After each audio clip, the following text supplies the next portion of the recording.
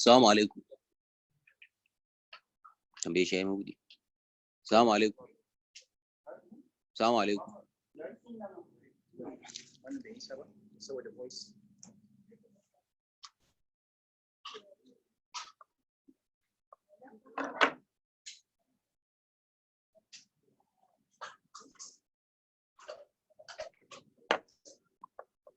Sai ku confirm kuna ji me ka samu matsala.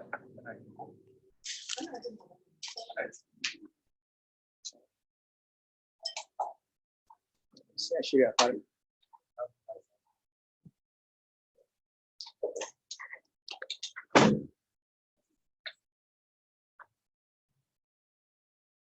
أعوذ بالله من الشيطان الرجيم.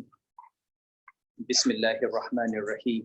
الحمد لله والصلاة والسلام على رسول الله سيدنا ونبينا محمد بن عبد الله وعلى آله وصحبه ومن والاه. za mu ci gaba da karatun littafin Madarijus Salikin baina manazili iyyaka na'budu wa iyyaka nasta'in na Imam Ibn Qayyim, kuma muna cikin tsakiyar magana akan muhimmancin mutum ya duba ransa, ya kalli ransa, ya kalli zuciyarsa, ya san cewa ransa an ɗabbaƙa shi, an gina shi akan jahilci da zalunci, kuma maganin jahilci shine ilimi mai amfani, maganin zalunci shine aiki na gari, aiki da wannan ilimi a tsaya akan abin da Allah ya ce da manzon Allah sallallahu alaihi wasallam. Kuma duk da wannan, malam ya ce jahilcin rai ya fi iliminsa, don ko mutum ya tsaya ya duba duk yadda kake gani ka sani abin da baka sani ba ya ninninka abin da ka sani. Saboda gashi jahilci, gashi kan ana ce mutum malami, amma duk da iliminsa jahilcin ya fi ilimin. Kuma kowane fanni, sanin Allah, tauhidi, asma'u, sifat. Yanzu muka fara karatu nan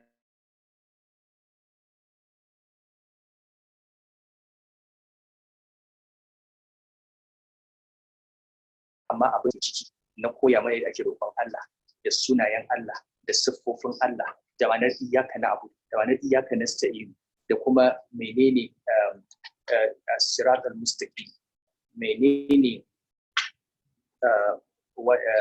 su wane ne al-maghdubi alaihim, su wane ne ad-dallun, ba fara gurin.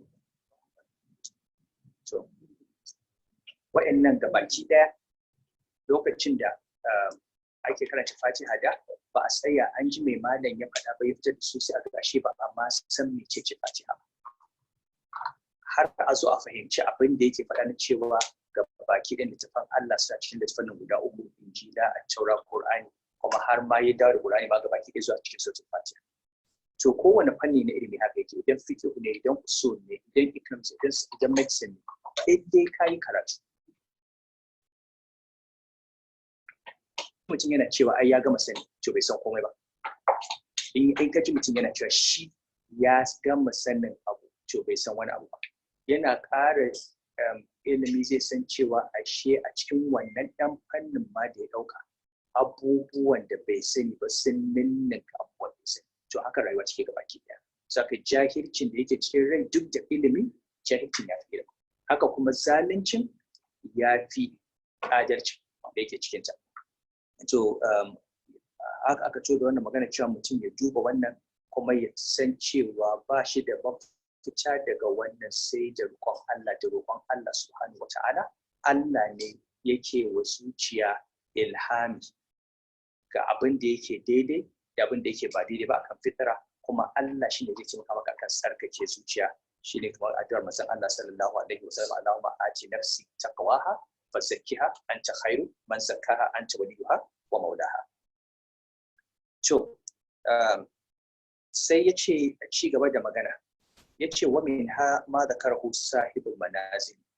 Daga cikin wannan dubawa wato ga ranka da zuciyarka da abin da zaka fa'idantu da shi idan ka tsaya hakika ka duba ranka ka san yadda yake, abin da shi malam Sheikhul Islam Abu Ismail Harawi ya faɗa a cikin manazir, ya ce al-latifatu thaniya, an gama da latifa farko da latifa ta biyu, yace an ya'lama anna nadhara sabri sadiqi fi sayyi'atihi lam yubik lahu hasanatan bihal لأنه يسير بين مشاهدة المنة وتقلب عيب النفس والعمل.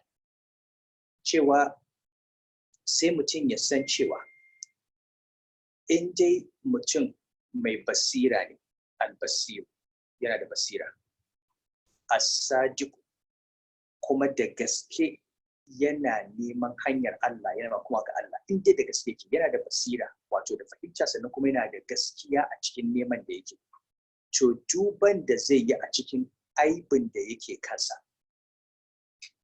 in ya sai dinga kallon kansa da kallon aibi, tun daga abin da mutane ba sa gani na zuciyarsa, na sha'awa, na kwaɗayi, na fushi, na hassada, na gaba, na gilla, na munafunci, na riya, na ujubu, na girman kai, wanda banda Allah ba wanda yake gani. Kafin a zo ayyuka na harshe, maganganu da mutum yake yi waɗanda ba su dace ba, da ƙazafi, da giba, da izgili, da magana akan Allah ba ƙarya ba akan ilimi ba, da maganganu na batsa, da abubuwa na haram iri-iri, su abin da gaɓoɓi suke aikatawa, abin da harshe yake ɗanɗanawa, abin da hanci yake sansanawa, abin da ido yake zuwa ya gani, abin da kunne yake sauraro da bai kamata saurara ba, inda kafa take zuwa da bai kamata take ba, inda hannu yake cewa bai kamata ba. Idan mutum da gaske yake kuma har da Allah ya san abin da Allah ya so da abin da Allah yake, kuma da gaske yana neman abubuwan da yake yi waɗanda ya san Allah da manzansa ba sa so, ya ce to wallahi wannan mutum, wannan duban da yi lam yubti lahu hasanatan bihar, ba ma zai ga wata hasana a kansa. In ka gama kallon kanka, ba za ka yi wa kanka kallon cewa kai ka fita ba. li'annahu yasiru bayna mushahadati al-minna wa tatallubi aibin nafsi wal amal, saboda ko ka ga aiki da kai na alkhairi, in dai kuma kana da basira kuma sadiki ne, aikin da kai na alkhairi ka san ba daga wajen kai ba, daga wajen Allah subhanahu wa ta'ala yake, Allah ne shi yake zuwa aikin alkhairi. Shi kuma wancan aiki wanda ba na alkhairi ba, shine ragowar burbushin jahilci da zalunci na zuciyarka wanda Allah bai fitar daga ciki ba. Saka babu naka a ciki. An gane abin da malai yake faɗa, babu wani abu naka. Wannan zuciyarka ita ta kai ka ga mummunan aiki. Wancan ma kyakkyawan da kake gani kayi, Allah subhanahu wataala cikin falalarsa ya kaddara maka kai ba wannan zuciyar taka ba, wace ita zuciyarka halinta da bi'arta ammaratun bisu, ita mummunan abu cikin umarta kanci. Allah ne ke shiga tsakanin ka da ita. Sai malam yace yuridu, abin da yake nufi da wannan magana, annan mallahu basiratun bi nafsi, cewa wanda yake da basira akan kansa, ya santa, yana dubawa, ya santa, wa basiratun bi huquqillahi ta'ala, yana da basira da haƙoƙin Allah, ka san ranka kuma ka san haƙƙin Allah, ka san abin da Allah ya dora maka, ka san abin da ya ce ma kai, ka san abin da ya ce ma kada ka bari, ka san abin da yake so, ka san abin da yake ki da manzansa, wa huwa sadiqun fi qalbihi, kuma ya zama da gaske, haƙiƙa ba munafunci ba, da gaske yana neman Allah, yana neman tafiya wajen Ubangiji subhanahu wata'ala. Wannan tafiyar da ya ɗauka wacce muke, dan tafiya ce muka ce zuwa Allah, da gaske wannan tafiyar ke nema, to lan yubqi lahu nadhruhu fi sayyi'ati hasanatan al-fajr. To in dai to wannan duban da zai yi zuwa munanan aikinsa ba zai bar masa wata hasana ba, har ba wata hasana zai bar masa. Fala yalqa illa bil iflas al-mahdi wal faqr as-sirr. To in ya fuskanci Allah, ya fuskance shi kawai da fatara, akan fatara yake da talauci, babu abin da ya zo ci wajen Allah. Kun tuna hadisin manzon Allah sallallahu alaihi wasallam inda yace babu wanda zai shiga aljanna da aikinsa. Mun yi wannan a can baya. Aka ce har kai ya Rasulullahi, ce har ni, sai dai Allah ya lullube ni da fallasa da rahamarsa. Manzon Allah sallallahu alaihi wasallam haka yi bana. To kai wane? Kuma in kana so ma ka jarraba masu cewa su mutanen kirki ne, bar ma ta manzon Allah sallallahu alaihi wasallam, bar ta sahabbai, bar ta waliyan Allah. duba unguwarku, a unguwarku za ka ga wani mutum a cikin sa'o'inka ko cikin ga wani mutum wanda rayuwarsa in ka kalle ta kai ka san cewa in ka kwatanta rayuwar ta sa ba kai ko ina ba da kusanci da Allah. To balle a ce an gwada da auliya ullahi, an gwada da sahabban manzon Allah sallallahu alaihi wasallam, an gwada da rasulullahi sallallahu alaihi wasallam, kuma sannan a ce ma za a auna da abin da Allah ya cancanta a kai masa. Tun da shi manzo Allah sallallahu alaihi wasallam yace li annahu idza fattasha an uyubi nafsihi wa uyubi amalihi alima annaha la tuslihu billahi. Saboda idan ya dinga duba aibin da yake cikin zuciyarsa da aibin da yake cikin aikinsa, to lallai zai san cewa wannan aikin bai inganta ba a ce an kai ubangiji subhanahu wataala. Ai ko kyauta za ka kai wa mutum kana duba girmansa da darajarsa, ko ba haka ba? Akwai abin da ba za ka kai wa mutum ba, akwai abin da girmansa ya wuce ka ɗauki wannan ka ce shi kyauta da za ka bashi. To balle ubangiji subhanahu wataala, wani aiki ne ya cancanta ka je gabansa da shi har ka ce gashi kai masa wani aiki wanda wai ya kai ya karba. Wa anna tilkal bida'ata la yushtara bi han najatu min adabihi fadlan an fawzi bi adimi thawabi.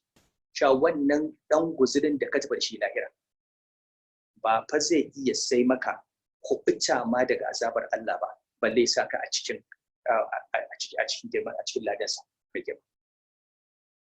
Aikinka bai isa ya fitar da kai daga cikin azabar Allah ba, a bar mazancen ya shigar da kai aljanna,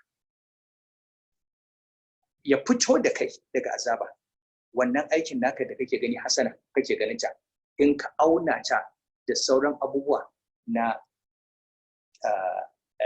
sayya, aikin iliminka ka auna shi da abin da yake na jahilci, aikinka na alkhairi ka gwada shi da aikin da yake ba, to wannan aikin ba zai fitar da kai daga azabar Allah ba ma, balle ya baka lada. Fa in khalasa lahu amalun wa halu ma Allah wa safadahu ma'ahu waqtun shahada minnatullahi alayhi bihi wa mujarrad fadlihi. Idan ya samu keɓantaccen wani aiki da hali tare ubangiji, ya yi aiki na gari, ya yi sallah yana gani, ya yi sallah saboda Allah, ya kawo ikhlasi, ya ji zuciyarsa, ya yi zikiri, ya yi wasifa, ya yi gudunci, ya yi kira Allah, ya yi salatin manzo Allah, ya yi aiki na alkhairi, to ya samu abin da yake gani a wurin ba wannan aikin yake gani daga wajensa ba, kallon minna ni'ima daga wajen ubangiji da mujarradin falala daga wajen Allah, wa annahu laysa min nafsi shawara ba daga wajen sauki, balle har ya goranta wa Allah da shi ya ce nayi, ya daga wajen Allah yake. Allah ne ya ga dama ya sa kai, kuma shi zai ga dama ya baka sakamako akan abin da ya sa ka kai. An fahimci abin da yake faɗa, wato duk waɗannan inda an barka da ranka ba za ka yi ba. Ita zuciyarka ba za ta barka ta kai aikin alkhairi. Shi rai shi ya ce innahu kana zaluman jahula. Wani halin ɗan adam mai yawan zaluntar kansa, mai yawan jahilci, kuma haka ɗabi'a ta ciki. In aka barka da ita ba za ta barka kai wani aikin alkhairi. Saka Allah subhanahu wa ta'ala shi ke shiryar ka zuwa wani aikin alkhairi. Li annahu mata ta tallabaha ra'aha. Yace yau ba da garansa wallahi ya ahadun da zalika, kuma ita ransa ba ta zama dama mai wato halinta ne cewa ta wato ta saka aikin alkhairi. Saka in kai aikin alkhairi karka ce ranka, kamar da Annabi Yusuf ya ce inna nafsa la ammaratun bisu. Ita rai umarni da take maka kullum mummuna, in ba kai ba to Allah ne fitar da kai.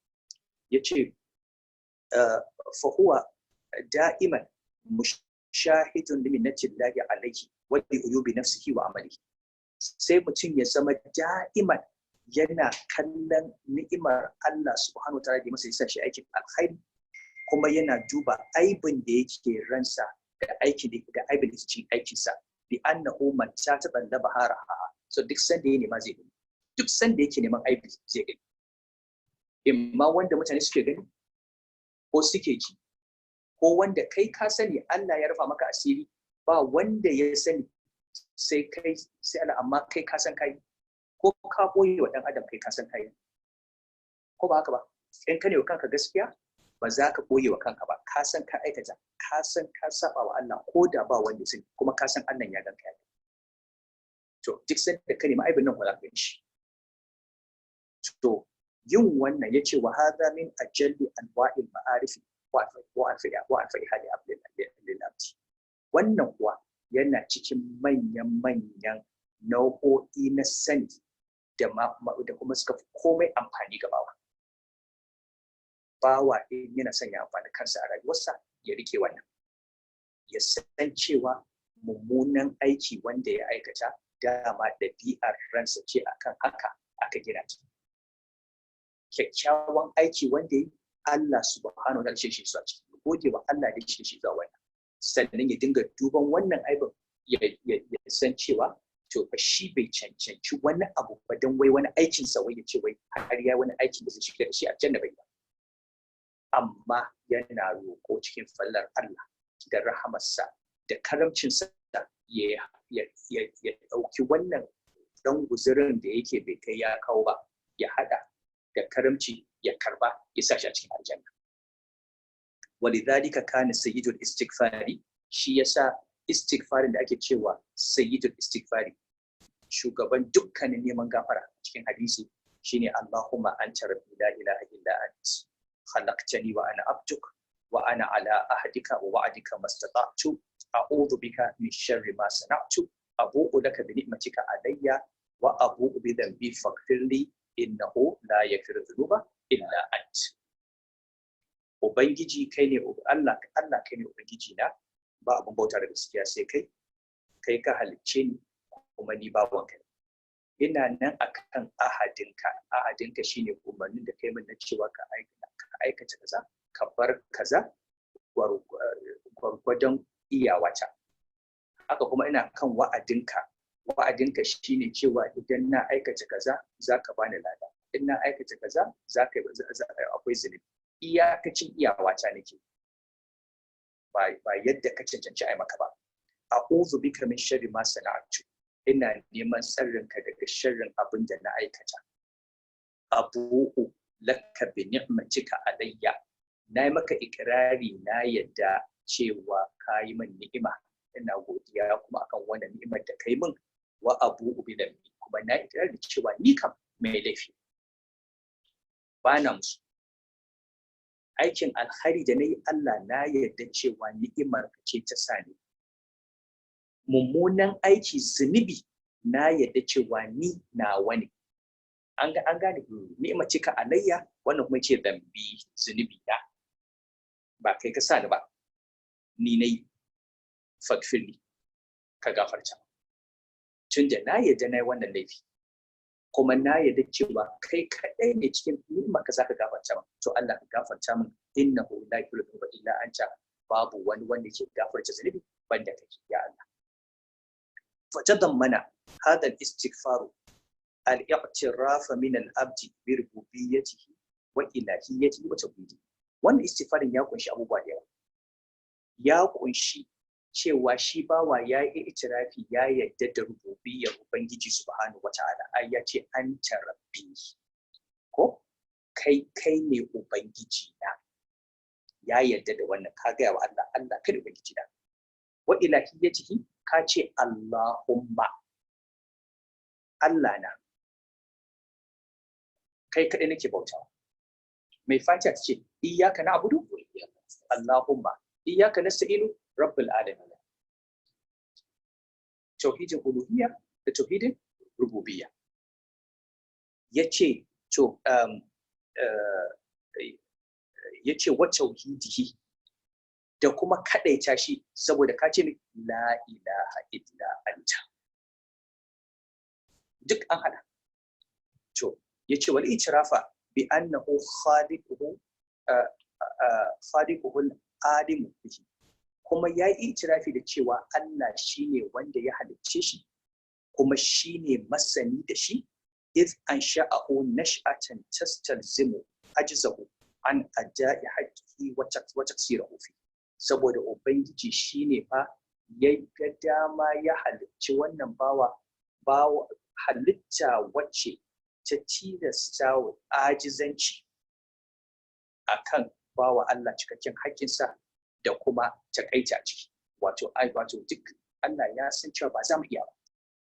Shi da ya halicce mu ya san cewa ba za mu iya bashi haƙƙinsa ba na godiya da bauta da kaskantar da kai da tsoronsa da bin umarninsa, duk abin da ya ce a yi a yadda ya ce a yi akan mustawan da ya ce a yi, duk abin da ya ce a bari ya Allah ya sani ba za mu iya ba. Wa i'tirafa bi annahu abduhu alladhi nasiyatuhu bi yadihi wa fi qabdatihi. Kuma ya itirafi cewa shi fa bawan Allah ne. Ana abduka, shi bawan Allah ne.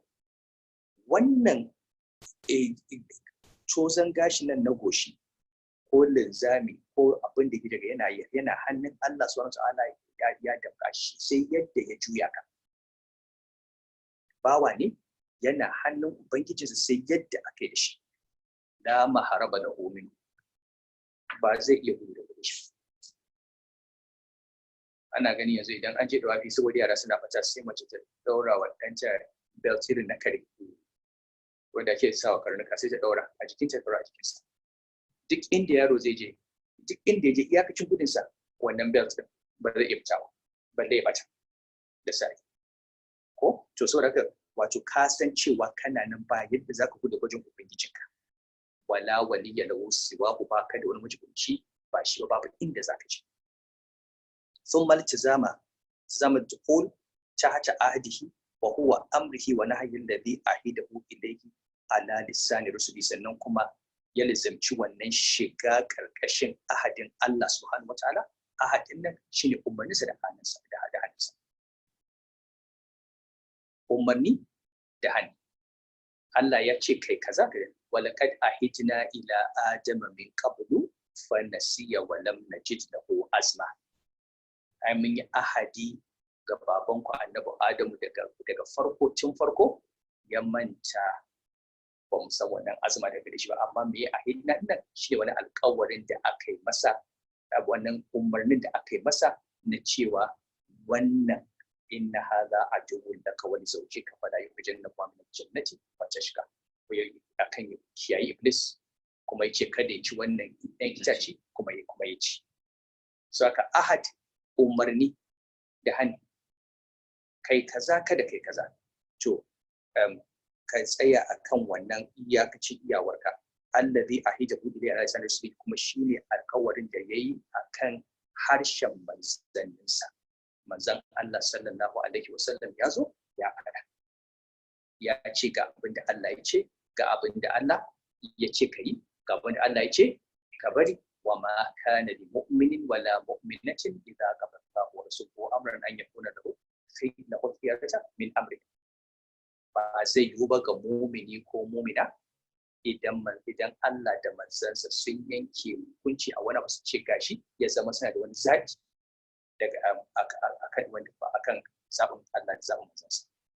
Wa anna dhalika bi hasbi istita'ati, kuma bi hasbi istita'ati cewa wannan tsaya wadda ne akan ahadinka gwargwadon iyawata.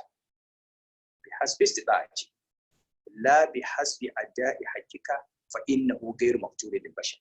Ba wai na baka haƙƙinka bane yadda ya kamata na baka haƙƙinka, saboda wannan dan adam ba zai iya ba.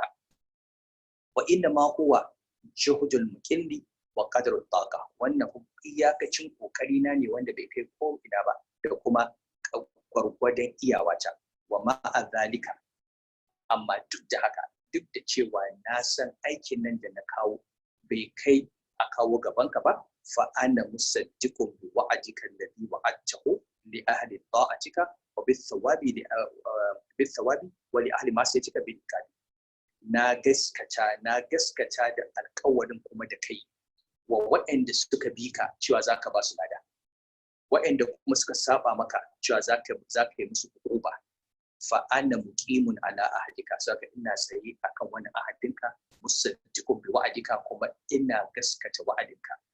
Thumma al-isti'adatu wal i'tisamu bika, sannan neman tsari da dogaro yana nan tare da kai min sharri ma farrattu fihi min amrika wa nahyika daga sharrin abin nan da na ƙetare haddi na je na afka ciki na saba wa umarninka na saba wa haninka abin da kace na yi wanda ban yi ba da abin da kace na bari na je na aikata fa innaka illam tu'idni min sharri idan baka fitar da daga wannan sharrin wannan abin da nayi ba wa illa ahatat bil halaka idan baka fitar da ni ba to lalle halaka za ta kewaye ni fa inna idda'ata haqiqa sababul halaki saboda yarda haƙƙin Allah shine sababin halaka wa ana uqirru laka wa altazimu bi ni'matika alayya kuma ni nayi ikrari gare ka ya Allah na yace zani aka wuce ni'imomin ka gare a kaina wa uqirru wa altazimu wa abkha'u bi dhanbi haka kuma nayi ikrari shi ma na iltizami da na zo gaban ka da zunubi na yadda na yi nadama na yadda bana musu cewa laifi na wani fa minka ni'matu wal ihsanu wal fadlu dukkanin ni'ima da kyautatawa da falala daga wajenka take ya Allah wa minni adh-dhanbu wal isa'a ni kuma daga wajena zunubi da batunci duk abin da yake mara kyau daga wajen yake abin da yake ihsani mai kyau daga wajen ka yake fa as'aluka an takfirani bima huwidan to ina roƙonka ya Allah ka gafarta min kai shafe min zunubina wa an taqiyani min sharri ka kubutar da ni daga sharrin sa innahu la yaghfiru dhunuba illa anta babu mai gafarta zunubi sai kai ya Allah fali hada kana hada du'a sayyidul istighfar saboda wannan addu'ar ake ce mata sayyidul istighfari idh huwa mutadamminun li mahdil ubudiyya saboda ta kunshi tsantsan bautar Allah shine tsantsan abin da bawa zai ka yarda cewa ubangijinka ne ka yarda shi ya halicce ka ka yarda shi ya san ka ka yarda ni'ima daga wajen sa take ka yarda laifi daga wajen ka yake ka yarda cewa in bai gafarta maka ba ka shiga halaka ka yarda cewa shi kadai ne zai iya yafe maka zai iya gafarta maka kuma idan bai wannan ba wato ka shiga uku fa ayyu hasanatin tabqil al-basir as-sadiq ma'a mushahadatihi uduba nafsihi wa amalihi wa minatillahi alayhi to wace hasana ce kuma za ta rage maka in dai kana da wannan ilimin ka san haƙƙin Allah ka san wannan kuma kai mushahadar wannan kai mushahadar aibin kanka da aibin aikinka da ni'imar da Allah ya maka ina zaka ce to kai ga wani abin da kai da zaka wa Allah shi fa hada alladhi yu'ti nadruhu ila nafsihi wa naqsihi wannan shine abinda duba zuwa ransa da duba zuwa abin da kasar take ransa za ta haifa masa zai samu wannan amfani shine abinda malam ya faɗa a cikin latifa yace an yi alama annan nazarar basir sadiki fi sayyi'atihi lam yubqi lahu hasanatan bi halin li annahu yasiru bayna mushahadati minnati wa tadallubi aibin nafsi wal amal cewa idan dai mutum basiri ne yana duba da idan basira akan ransa da kuma haƙƙin ubangijinsa ya dinga duba aibin da yake jikinsa sai ya zo ba zai bar wani abu na hasana da ce gashi nawa wanda na kawo Allah nake so Allah ya saka mutum saboda duk aikin da yayi mummuna aiki ne da zuciyarsa ransa suka sa shi cikin wanda Allah ya cince masa hukuma kuma aiki da yake kyakkyawa aiki ne wanda Allah shine ya bashi ikon yayi ba shi ya sa kansa ba saraka in ya bashi ladan ya karba ne saboda falala da karamcinsa da rahamarsa da gafararsa to fasalin rubuta yace an-nazaru rabi'u duba ne hudu an ga ta hudu dama ya faɗa ya ce ya yi zancen duba izuwa amru wan nahi ko ya duba izuwa hikma da qada aka yi duba izuwa an-nafsu al-ammaratu bis-su'i yanzu ga duba na hudu shine nazaruhu ila al-amiri lahu bil ma'asiyati wal muzayyin lahu fi alha to duba na hudu kuma sai ka duba, sai mutum ya duba zuwa wanda yake umartarsa da ya yi zunubi, wanda yake ƙawata masa zunubi ya ga cewa abin nan yana da kyau. Alhaddi lahu alaiha, wanda yake tunguza shi, ke ingiza shi ya je ya afka shi cikin wannan zunubi. Wane ne wannan? Wa shaytanuhu al-muwakkal bi, shine shaytaninsa wanda aka wakala masa, yana tare da shi. Fa yufiduhu an-nazaru ilayhi wa mulahadatuhu ittikhadahu aduwan. To idan mutum ya sa ya kalli shaidan, ya fahimci shaidan, ya san shaidan, ya san wane ne shaidan, yana samun fa'ida kamar yadda ke samun fa'idoji idan ya duba ransa da zuciyarsa. A cikin fa'idojin da yake samu na duban shaidan da fahimtar shaidan, ittikhadahu aduwan, na farko ya riki shaidan aduwi, maki, saboda shi ne farkon abin da Allah ce da Annabi Adam alaihi salam, inna hadha aduwwun laka. Wannan shaidan maki ne gare ka. Na abin da aka fara gaya mana kenan, wannan maki ne gare ka. Yace to inna shay'an lakum aduwwan fattakhidhuhu aduwwa. Shaidan maki ne gare ku, ku rike shi maki. Wa kamal al-ihtiraz minhu wa tahaffuzi wal yaqadati wal intibahi bima yuriduhu minhu aduwwu wa huwa la yashkur. Da kuma kammalar tsantsan da shi, da tahaffuzi, da kiyayewa, da farkawa, mutum ya zama a farke, ba kada ka zo kana gengedi kana barci shi din ya afka maka. Kana cikin intibahi kullum kana lura. Yanzu ko hanya kake tafiya da daddare aka ce maka amma fa a cikin lokaci aka ce amma fa akwai yara yan daba barayi suna boyewa, me kake? Kana ta ba kana duba ko in ka ji motsi ka duba baya ka ga waye a bayanka. In ka ga dan motsi a cikin duhu ka koma baya, ka dauki tocilan ka haska, ko ba haka ba? Saboda idan baka san cewa akwai makiyin nan ba, yana nan yana fake, so yake yi ya same ka lokacin da hankalinka ya dauke, baka san ya taho ba, ya je ya dafa maka san musa ya jefa ka cikin fushin Ubangiji sau na ji daɗi. To ka zo wato makiyinka ya samu abin da yake so, alhali baka da shuri, fa innahu yuridu an yafara bihi fi aqabatin min sari aqabati.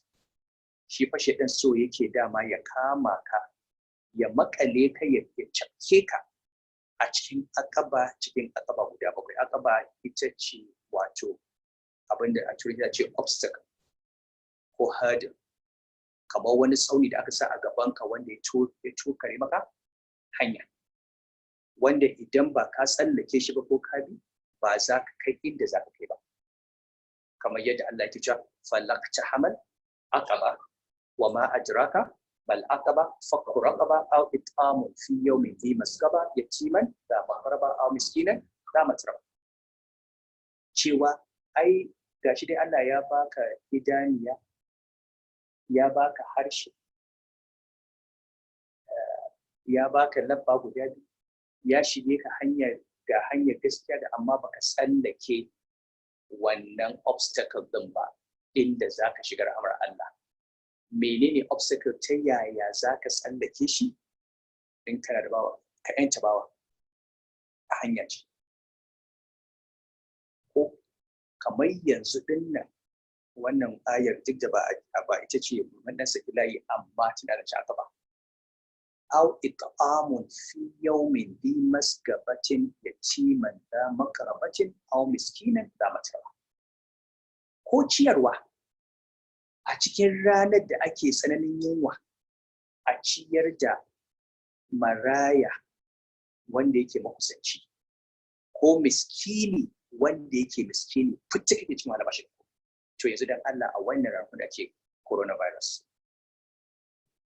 ranakun da mutane ba su da abinci a hannunsu, mutane suke cikin wahala, kuma sannan yana da azumi. Yanzu wanda yake so ya ƙetare akaba ai yanzu ne ya samu garabasa. Yanzu samu garabasa. Cewa aka yi fa idan kana so ka tsallake, in kana so ka zama cikin ashabul maimanati, to ka yanta bawa, ba mu da bayi. Amma abin da aka faɗa bayan wannan, it'amun fi yawmin zi masgabatin yatiman za maqrabatin aw miskinan za matraba. Wannan ayar saboda wannan lokacin aka saukar da ita. Lokacin talakawa suke cikin yunwa, ba su da abin da za su ci. Duk wanda yake da abin da zai iya fitarwa ya ci ya fitar. Duk wanda yake da abin da zai iya taimakawa ya taimaka. Wallahi ya ajiye shi ba zai ƙara masa yawa ba. Ubangiji subhanahu wa ta'ala ya da mala'iku. Wani sai ke da alƙarshinsa. Akwai guda biyu kullum daga safe zuwa jira ba suke kira Allahumma ati munfiqan khalafa. Allah duk wanda yake ciyarwa ka bashi abin da zai mayar masa da arzikin da ya addu'a suke kullum kana ba abin da suke banda duk wanda ya fitar Allah ya mayar. Kuma in Allah ya shi mayarwa ka san ninkin ba nike fitar sai ka fitar da naira 1 sai mai da naira 10. Wa'ancan kuwa Allahumma ati mumsikan talafa. Wanda ya danke ya hana shi kuma ka bashi talauci. Kuma nawa aka gani mutum yana da kuɗi ya ajiye ya ki ya bayar duke ta kare a shirme. Kayan abinci ka ajiye su rube, kai baka ci ba, kai baka bayar ba, baka amfani kanka ba, baka amfani wani ba, baka ajiye kanka a lahira ba, baka samu ka soya a duniya ba. Saka wannan ayar da lokacin ta ya zo, it'amun fi yawmin din mun shigo yawmun fi maskaba. Wannan yawmun fi maskaba ta ce ta ce. Mun shigo rana wacce take ana yunwa. Saka a nemi marayu, musamman marayu da suke ‘yan uwa a basu. A nemi miskinai waɗanda ba su da halin da za su samu a basu. Sun makana minan ladina amanu wata waso bi sabri wata waso bi marhama, sannan ya kasance a cikin mu'minai da suke tuna wasu ci da haƙuri, suke wasu ci da jin kai. Ula'ika ashabul maimana, wa'annan su ne ashabul. Saka wanda yake so ya zama cikin ashabul maimana, ashabul maimana ma ashabul maimana fi sidrin makhdudin wa talhin mandudin wa sillin mamdudin wa ma'in maskubin wa fakihatin kathiratin. Kana so ka je cikin su, to ga ranar shiga ciki. To shi ko shedan akaba yake sawa a gaban dan adam, ya sa maka matokari.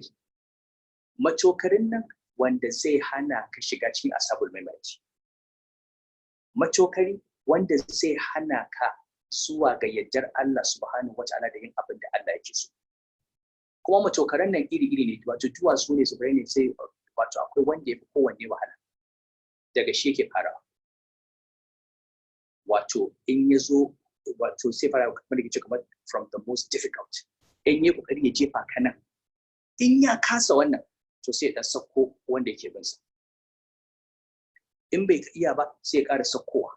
In bai iya ba sai ya ƙara saukowa.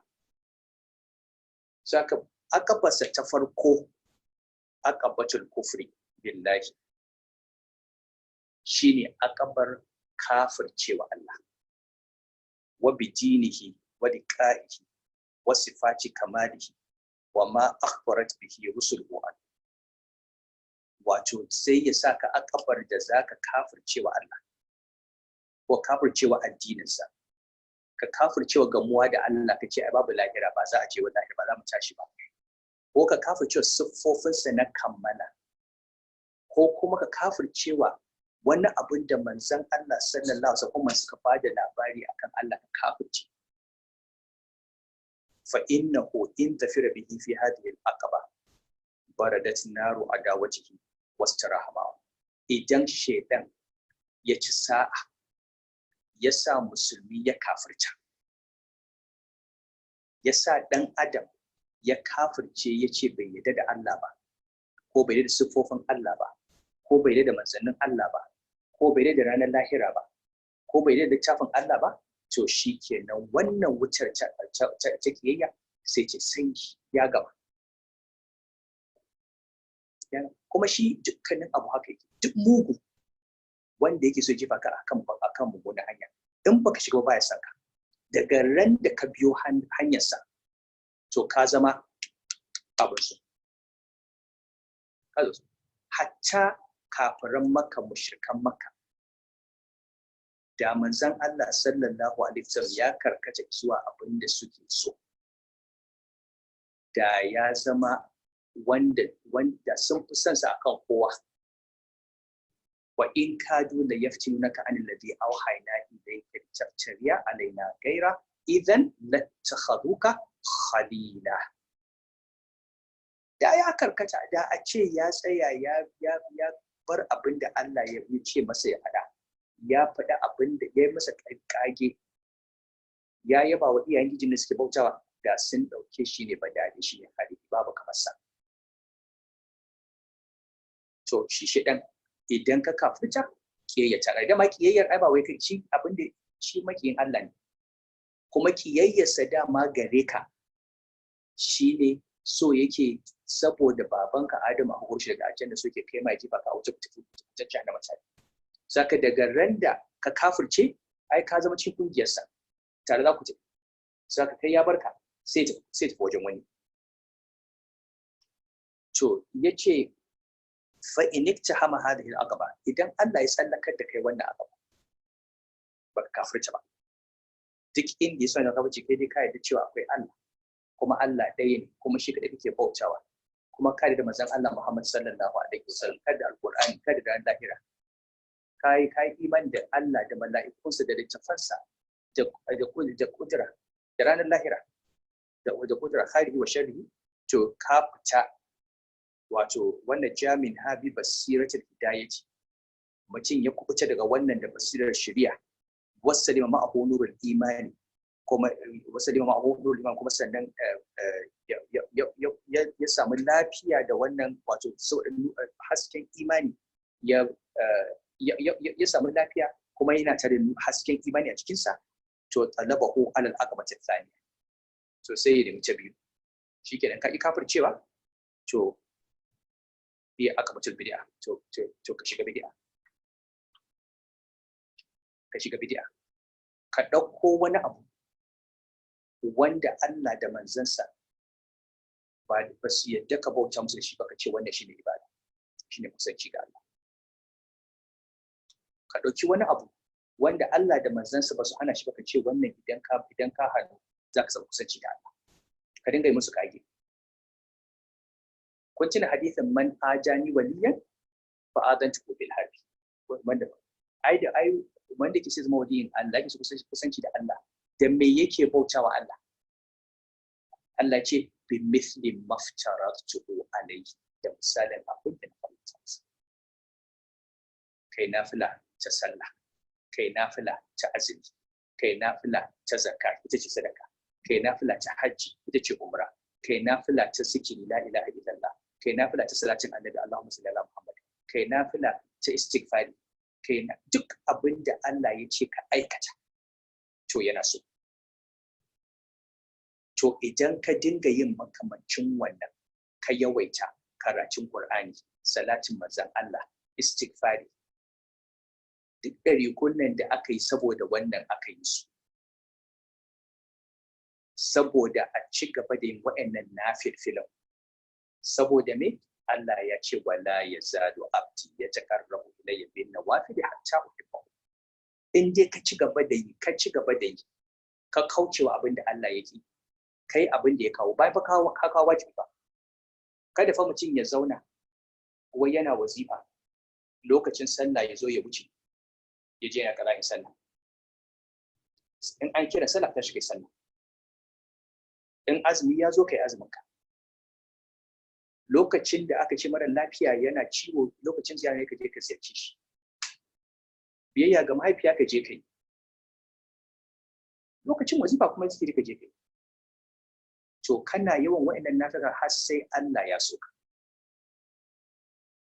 shi ne yake cewa idan na so shi sai na zama idansa da yake gani da shi da kunnensa da yake ji da shi da hannunsa da ke danka da shi da kafarsa da ke da shi sai ke ganin karamomi daga wajen wajen ba wani abu da shi ne wani sai ka ji sun faɗi wani abu wanda ya inkarin karama ya inkarin wannan hadisi ai ba wai zahiri an gane ma'anar wannan hadisi to ita ko bid'a gashi Allah ya gaya maka abin da zaka bauta da shi suwa kake ka ɗauko wani abin da baka samu inda Allah ya ce kai ba ko manzansa ya ce kai ko ma wakila ma an hana sai ka ɗauke shi ka ce yinsa shine kusan shi da Allah kuma ka kawata wa kanka kuma mutum yana yi fi sabila wanda ya shiga abin da yasa yake da wahala bambancin bid'a da kabira kenan kaga idan mutum ya je shagiya ya san sako ne ya san haramun ne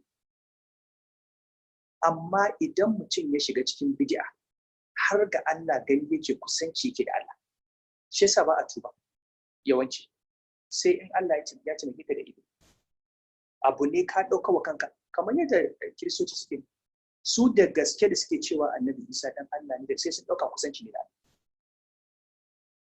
sun ɗauka kusanci sun ɗauka wannan abin su yi kusanci da Allah to sai saka a cikin bid'a imma bi atiqadi khilafil haqqi alladhi arsala Allahu bihi rasulahu wa anzala bihi kitabahu ko dai ka zo kana itiqadin sabanin gaskiyar da Allah ya aiko manzansa da shi kuma ya saukar da zarabi kitabahu ya saukar da littafinsa da shi ga abin da Qur'ani ya ce ga abin da hadisi ya ce kai ka zo ka itiqadin wani abu da ke sabanin wannan wanda akwai misalan su zamu zo cikin su kamar misalan mutanen da suke ganin cewa suna kaiwa wani matsayi a cikin ibada a cikin kusanci da Allah wanda ba sa bukatar su bi shari'a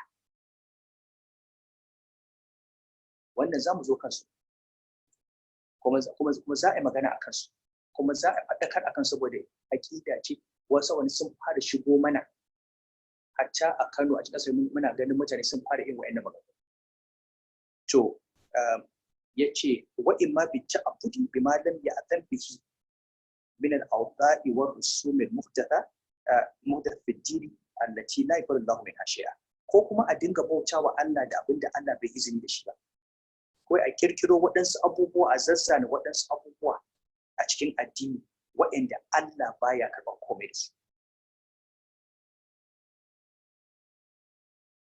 amma idan abu ne wanda ya ci addini yanzu kai karatun Qur'ani ka bata da karatun Qur'ani da salatin manzon Allah sallallahu alaihi wasallam da istighfari da la ilaha illallah wanda yake maka bid'a ne sai da maka da ta zama bid'a ai Allah yayi umarni ayi kuma yayi izini ayi kuma yana so amma in ka dauko wani abin daban wanda babu shi kace kuma da shi zaka bauta wa Allah to wannan ka kirkiro wani abu wanda yake Allah ba zai karba ba wal bid'atani fil galibi mutalazimatani kuma da wannan bid'a a cikin zance da bid'a cikin aiki yawanci suna zance juna zaka ga abu da wuya mutum ya shiga bid'ar aiki ba tare da bid'a cikin zance saboda kafin ka sa mutum ma ya zo ya wani abin da ya saba wa Qur'ani da hadisi ai sai ka kirkiro wa Allah wani abin ka ce ai Allah ne ya ce ko masa Allah ce sai ka fito da wannan bid'a sannan kuma sai mutum sai aiki ya biyo kalla an tanfaka ihdahuma an al-ukhra da wuya ɗayan su ta kubuce daga ɗayar ta fita daga ta rabu da ɗayar kama ƙara bazun kamar yadda waɗansu mutane suke cewa tazawwajat bid'atul aqwali bi bid'atil a'mali da bid'ar magana da bid'ar aiki sun yi aure fashtagala zawjani bil ursi sai ma'auratan nan guda biyu suka je suka shiga amarci kawai suka shige ɗaki sama amarci to falam yabja'ahum illa awladuz zina yaqisuna fi biladil islam kawai ba su ankara ba sai ga 'ya'yansu na suna ta haifa. Suka dinga yawo a ƙasar musulunci suna ta kururuwa tadujju minhum al-ibadi wal bilad ila Allah ta'ala. Ya zama tadujju minhum al-ibadi wal bilad ila Allah ta'ala, wato mutane da bayi da garuwa suka dinga gudu da gare su zuwa Allah subhanahu wa ta'ala.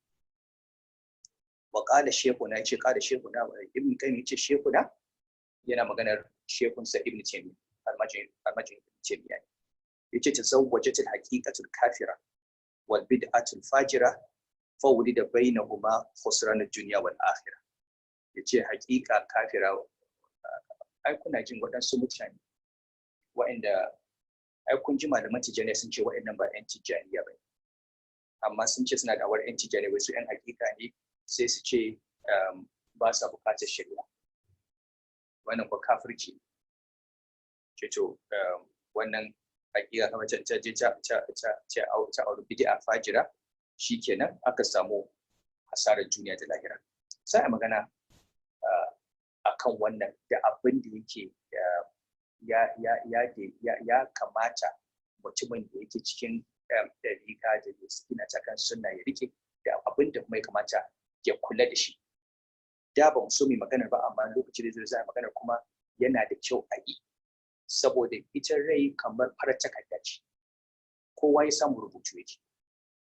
Idan Allah ya sa wani ya ji kafin ya ji mummunan magana, in ya ji ta san mummuna ce, idan bai ji ba sai ya ɗauka cewa magana ce ta gaske, kuma ta kifa shi cikin sama Allah. Shi yasa yawancin malamai na ɗari ko na sunna suka faɗa, suka ce duk abin da kuka ji an ce na faɗa ku auna shi da littafin Allah da sunna. Daga in ka ji magana nan ka tsaya ka duba, in ilimin ka kada kai sauran in kare ka je ka duba, ka nemi ilimi ka san inda cire da Qur'ani da sunna, ko inda za ya ɗaukanta a mafuskanta da cire da shari'a. Idan baka samu ba to ajiye ta, saboda bai umarce ka da ka ɗauki maganarsa ba akan maganar manzon Allah sallallahu alaihi wasallam.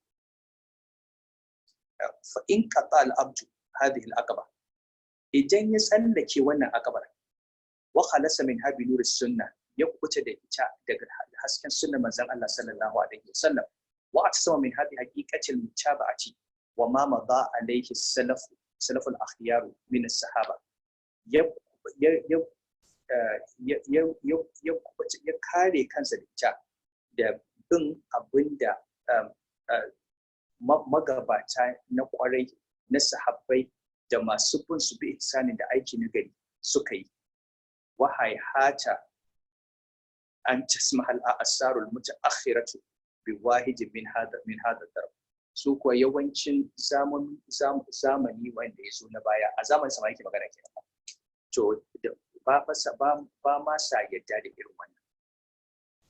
Kuma ya kamata a san cewa ibn qayyim da ibn jami'a a lokacin su sun samu matsala da malamai, kuma ba wato kamar kowane mutum a cikin maganar su akwai da abin dauka, akwai kuma abar ajiyewa, akwai abin da ibn jami'a da ibn qayyim ya faɗa wanda ba a yadda da shi ba, ko wanda a yi shi, amma sun sha wahala. Ibn jami'a akwai koko ma ya rasu, ibn qayyim almajin. Saka wannan magana da za ku ji magana da zafi da yake yi, zafin nan irin wahalar da suka sha a wajen malaman zamani bai zai ambaci malamin ba, amma magana yake cewa ai zamani wato yana ganin tsayawar da suka yi ya samu su wannan wahala. Yace fa in samihat bihi nasaba lahu ahlul bid'ah al-haba'ib. Idan kuwa aka samu irin wannan aka same su a cikin zamani, to ma abota bid'a sun dinga sa musu iya kenan. Wa bagawul gawa sun fara yi musu ta'addanci kenan da azaba. Su ce ai mubtadi'un, ce ai dan bid'a ne, muhjitun ya kirkiro wani abu. Fa idza wafaqahu Allahu laqatta'a hadhihi al-aqaba, liqati hadhihi al-aqaba talabahu ala al-aqabati thalitha. Idan Allah subhanahu wa ta'ala, idan Allah ya masa muwafaqa, ya tsallake wannan akabar ta biyu, wato wannan akabar ta bid'a, sai ya jefa shi, sai kuma ya zo ya sa masa akaba ta uku. Shikenan ka ki ka kafirci, ka ki kai bid'a. To wace akaba ta uku? Hiya ita ce akbatul kaba'ir, ita ce wato akaba ta kaba'ir, manya-manyan zunubai. Fa in tafira bihi fiha, in ya tare shi a wannan wurin, zayyana halahu, sai ya kyautata masa ita. Wa hassanaha fi aini. Ika tare sa yanzu ka san akwai mutane sai su ga an je jina aka dan sa French wine, aka sha wani abu ne mai kyau, turanci ne, ci gaba ne. Ko shedan ne ya ce ai ci gaba ne da zamani, sai ya kawata maka, sai ka ga cewa ai menene a dan wine kan shi, kuma ya zaka zo wuri haka duka mutane masu wayewar kai suna dan sha, sai a sha. Wasa wafa bihi wa fataha lahu babal irja'i, shikenan sai ya bude masa babal irja'i, wato babu raja'i, sai dinga jin cewa ai wa annal imana huwa nafsu tasdiq fala tabda'u fihi al-amal, sai ce ai imani shine gaskatawa. In dai mutum ya gaskata da Allah da manzansa, ai ya imani, saka aiki ba zai bata masa imaninsa ba. Yana akan musulmi, sai akan mu'min. Dan yayi zina ko dan yayi shakiya ko dan yayi caca, wannan ai ba shi ne bai shafi gaskatawarsa da Allah ba. Wa rubbama ajra ala lisanihi wa udhunihi kalimatan talama ahlaka biha al-khalq la yadurru ma at-tawhid dhanbun. Wataƙila ma sai ka ji cikin harshensa shaitan ya sa yana faɗa, ko kuma ya samu wanda zai faɗa masa ya ji wata kalma wacce mutane al'umma sun daɗe suna halaka da ita, wai sai a ce wai idan dai akwai tauhidi to zunubi baya cutar da kai. Kama la yanfa'u ma ashirki hasana, kamar yadda idan mutum mushriki ne aikin alkhairinsa baya amfani sa. Wato sai a ce maka ai in kai musulmi ne kai da Allah, to duk zunubin da kai ba zai cutar da kai ba, wannan tauhidin shi zai fitar kai daga azabar Allah. Kamar yadda mushriki duk aikin alkhairin da yayi ba zai fitar shi daga wutar jahannama ba, saboda mushriki. Wa dhafru bihi fi aqabati bid'ati ahabbu ilayhi limunaqabati hadid din wa daf'i hadi ma ba'atha Allahu bihi rasul. Amma shi shedan ya fi son ya kama mutum a akabar bid'a. Saboda me? Saboda ita bid'a tana tanakudi da addini. Ai shi wanda yake zunubin ya san zunubi yake, sai dai usu yake kawo kansa. Wanda yake bid'ar kuwa bai san cewa laifi ne. Saboda kuma rushe addini yake yi, kuma yana ajiye abin da Allah ya ta da masa Allah sallallahu alaihi wasallam, wa saibuha la yatubu minha, ma abocinta baya tuba saboda bai dauka laifi yake ba. Wa yarqul khalqa ilaha, yana kiran bayi zuwa gare shi. Wa tadammuniha qawla ala Allah bila ilmi, kuma ta kunshi magana akan Allah ba tare da ce Allah ya ce, ba kan ilimi ba, wanda shi ma ya magana akan sa daga baya. Wa mu'adatan sarihi sunna, da kuma yaki da sarihin sunna.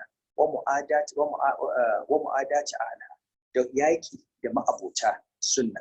Wa ijtihad ala itfa'i nur sunna, da kokarin a tushe a kashe wutar sunna. Wa tawliyata man azalahu Allah wa rasuluhu wa azla man wallahu, da zuwa kaje soyayyaka da ƙaunarka ta zama ga wanda Allah da manzansa suka kore, suka cire gare su, kuma ka je ka dinga cirewa daga cikinka wanda Allah da manzansa suke so. Wa isbata ma nafahu wa nafi ma athbatahu, da tabbatar da abinda Allah ya kore, da kore abinda Allah ya tabbatar. Wata diba sadiki, wata zikar kadiri, da ƙaryace mai gaskiya da gaskata makaryaci. Wa mu'aradatul haqqi bil batil, da wato mu'arada fuskantar gaskiya da ƙarya. An baka gaskiya sai kawo magana batila, kai ka ce da shi za ku she gaskiya. Wa qalbal haqaiqi bi ja'lil haqqi batilan, da juya haƙiƙar abu a sanya gaskiya ita ce ƙarya. Wal batil haqqa, ita kuma ƙarya ita ce gaskiya. Wal ilhada fi dinillahi, da ilhadi a cikin addinin Allah. Wa ta'miyatul haqqi ala qulubi, da makancewar gaskiya akan zukata. Wa talbal iwaj li siratillahi mustaqim, da neman karkata ga tafarkin Allah mai kakke. wa fata babu tabdil ad-din jumlatan da bude kofar jirkita addini akan jumla fa innal bid'a tastakhriju bisagiriha ila kabiriha ita bid'a sai ta dinga fitowa tastadriju tana karuwa daga tana kankanta har ta zama babba hatta yansarifu sahibu min addini har sai ma abocinta ya zo ya fita da cikin addini ba gabaki daya kamacin sallar sha'aratu min al-ajini da ake zare gashi daga cikin mai fa mafasidul bid'i la yaqifu alaiha illa arbabul basair wato mafsadar bid'o'i babu wanda yake tsayawa a kansu sai arbabul basair manyan malamai wanda suke da hange suke gani wal umyanu fi zulmatil ama makafi ko san cikin duhun mutuwa duhun makanta wa man lam yaj'alillahu lahu nuran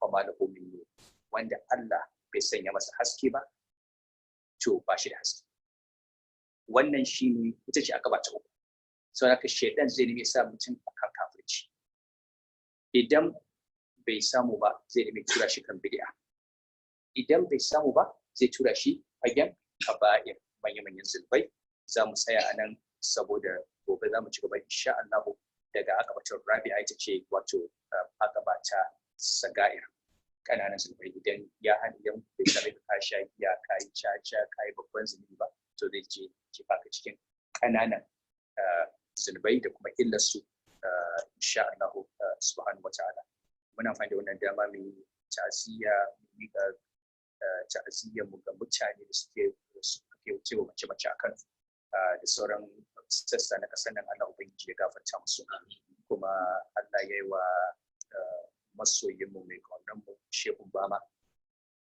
rasuwa jiya Allah ya ji kansa Allah ya gafarta masa Allah ya gafarta musu gaba da akwai su ko bisa ayati akwai mutane da dama da Allah ya kiran su a cikin wannan yanayi da ake ciki mara daɗi Allah ubangiji ya karbe su da rahama Allah ya kawo mana rufi Allah ya mana maganin wannan abu wannan annoba da ta sauka kuma ya gaggauta kawo mana mafita albarkacin manzon Allah sallallahu alaihi wasallam salati goma ga manzon Allah sallallahu alaihi wasallam